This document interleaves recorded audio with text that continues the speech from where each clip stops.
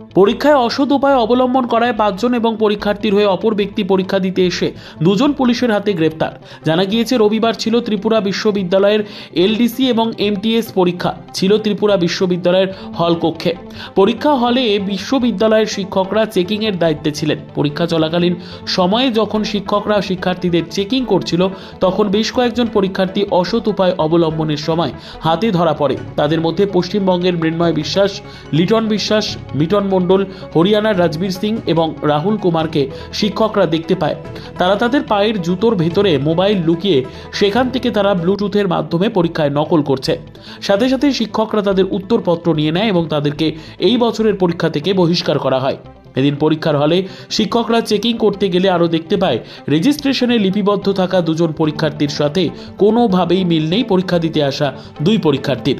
বিহারের পঙ্কজ কুমার এবং রাজস্থানের রামবীর মিনাকে শিক্ষকরা জিজ্ঞাসা করলে তারা স্বীকার করে যে সে অন্য পরীক্ষার্থীর হয়ে পরীক্ষা দিতে এসেছে। সাথে সাথে তাদের উত্তরপত্র ছিনিয়ে নেয় কর্তৃপক্ষ।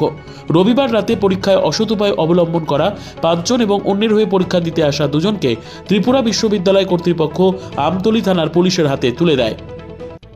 তাদের বিরুদ্ধে ত্রিপুরা বিশ্ববিদ্যালয়ের পক্ষ থেকে আমতলী থানায় লিখিত আকারে একটি মামলা দায়ের করে। আমতলী থানার পুলিশ রবিবার রাতে অভিযুক্তদের বিরুদ্ধে একাধিক ধারায় মামলা নথিভুক্ত